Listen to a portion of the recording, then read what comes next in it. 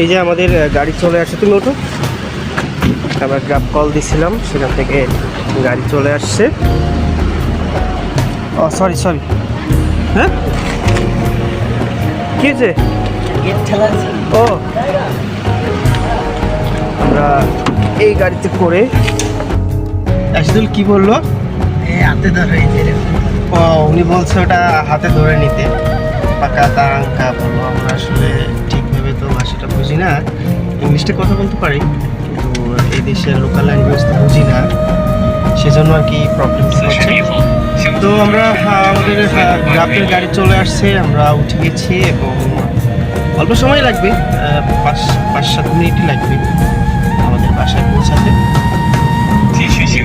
আমাদের এই যাত্রায় গ্রাফ ভাড়া লাগছে অনলি 5 রিঙ্গিট।